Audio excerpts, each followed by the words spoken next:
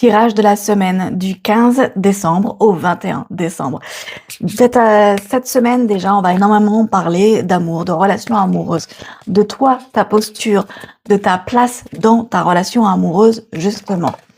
On est en train pas mal de transmuter le transgénérationnel actuellement et la nouvelle lune du 20 décembre va justement nous aider à gérer nos émotions.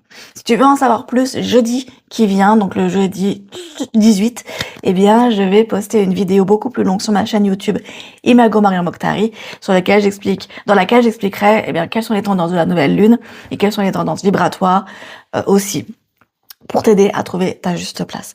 Donc là, on revient aux cartes. Il y a deux cartes qui sont sorties.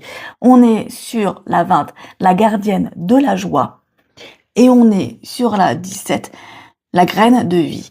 Dans tes relations amoureuses, dans ton rapport plutôt à l'amour, c'est même au-delà des relations amoureuses, c'est ton rapport à toi dans les relations amoureuses, ta position, ta posture, ta place dans tes relations amoureuses.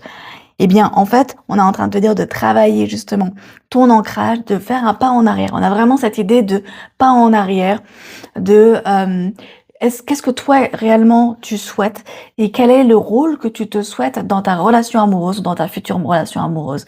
On parle beaucoup ici de responsabilité, de prise de responsabilité, dans le sens où tu sais déjà ce que tu veux dans ta relation. Et actuellement, tu ne l'assumes pas encore tout à fait. Tu sais déjà, eh bien, quelle relation tu souhaites, finalement, et c'est pas encore tout à fait assumé.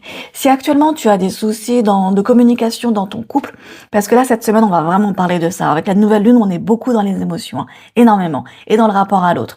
Si dans ton couple, donc, tu as des problèmes de communication, il s'agit déjà de savoir toi ce que tu veux pour pouvoir ensuite le communiquer à ton partenaire, à ton mari, à peu importe, ok?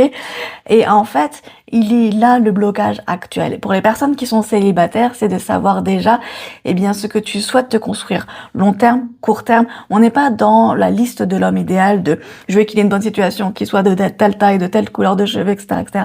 Non. Là, on est, moi, dans ma relation amoureuse, je souhaite, eh bien, être soit totalement dépendante ou contrairement être indépendante. C'est vraiment déterminer quel est le genre de femme que tu es dans ta relation amoureuse. Et là, à partir de là, tu vas semer la graine de vie à l'intérieur de toi. Et c'est là que tu vas pouvoir faire se ressortir à l'extérieur de toi, finalement, la gardienne de la joie, tout simplement. Tout simplement, c'est aussi simple.